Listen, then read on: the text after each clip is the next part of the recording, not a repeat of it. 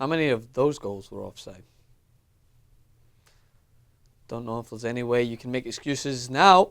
I get it. His goals against Bayern Munich, questionable. You got to be in there to score the goals. And it's another hat-trick for Cristiano Ronaldo. What else am I supposed to say? You come here, you've got to expect some sort of Ronaldo-loving clip because there's nothing else you can do. You want to sit here and credit Casemiro's ability to put the ball into the box for his first goal? Great. Great job, Casemiro. You made sure that that ball got into that area.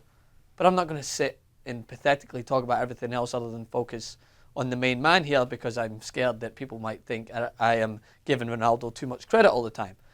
People on Twitter are asking me, what else can you talk about now? There's nothing. Ronaldo is a remarkable player, and I will talk about him every single day if he continues to do all the things that he's doing, because that's what the greatest players in the world deserve. And when you make the whole game about you, which Ronaldo did, then there's nothing really you can say. So this is what I've been highlighting for the majority of this year when it comes to world football and specifically Real Madrid. Ronaldo's a game adjusting. Despite many criticisms that he's getting over the hill and he's not doing the outlandish, spectacular things that he used to do where he'd smack one in from 35, 40 yards. Still got the ability to do it if you ask me.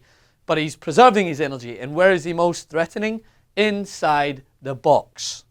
In the box. That's where arguably 2 out of his 3 goals came from. I think his volley that he got the break of the bounce, I think he might have just been outside the box. Regardless, he was still in that area. But his first goal is such... It reminds me, bear with me, Ruud van Nistelrooy. Manchester United fans will know full well that Ruud van Nistelrooy, arguably one of the best poachers they've ever had.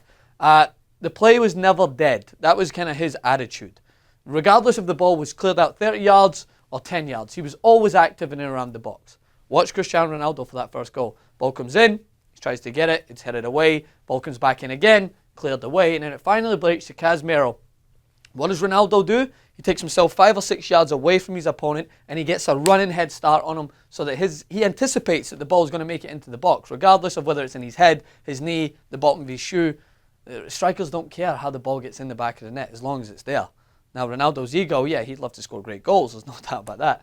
But he gets there, rises above his opponent, heads it in, and Real Madrid take a 1-0 lead. That is just poacher's mentality. That's such a phenomenal gift that Ronaldo has always had, but other things have kind of distracted us a little bit, and we haven't been able to just focus on that. Now he's getting older, he's getting smarter, and he's using that to his advantage. 1-0 up, bang. Second goal, similar thing, gets into a good position. Philippe Luis is an absolute nightmare, slides in, tries to clear it, breaks to Ronaldo. There's only one way that ball's gone. Regardless if it takes a slight deflection, he's putting on target with pace, keeper no chance, and it's 2-0. And then the third is the best of them all, just by highlighting what Ronaldo's been doing.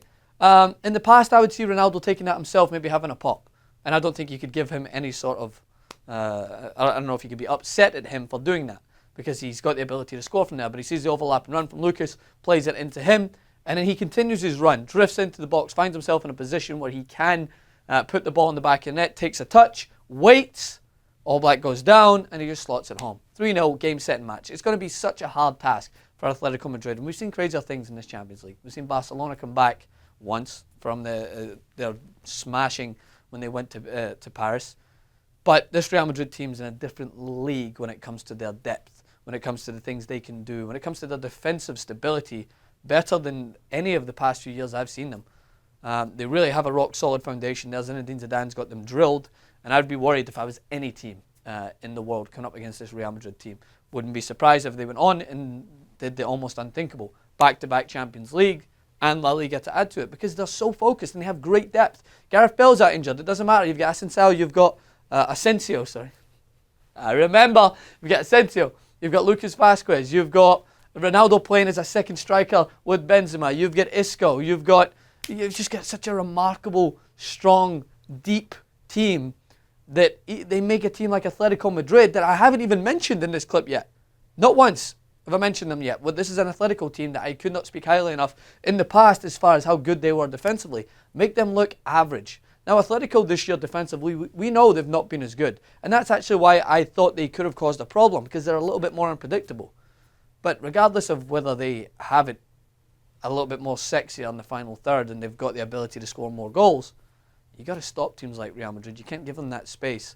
You can't give Ronaldo that space, because he's going to do that to you and he's going to cause some damage. So as far as I'm concerned, I'm not gonna rule anything out. I've seen crazier things happen, especially this year. But it's a tough task for Atletico Madrid. Definitely a tough task for Diego Simeone's team.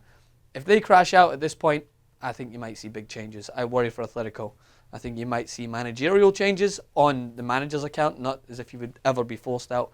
And I think you might see some changes by their star man, the Frenchman with the hairband up top. Just my opinion. Let us know what you think in the comments. Francis M. Maxwell on Twitter. Changed my username, so if you're trying to find me out there, I'm sure you'll still be directed in the right direction. The tick is back. Rightfully mine. Lost it for a little bit. On Instagram, Francis M. Maxwell as well. And I'll see you guys soon.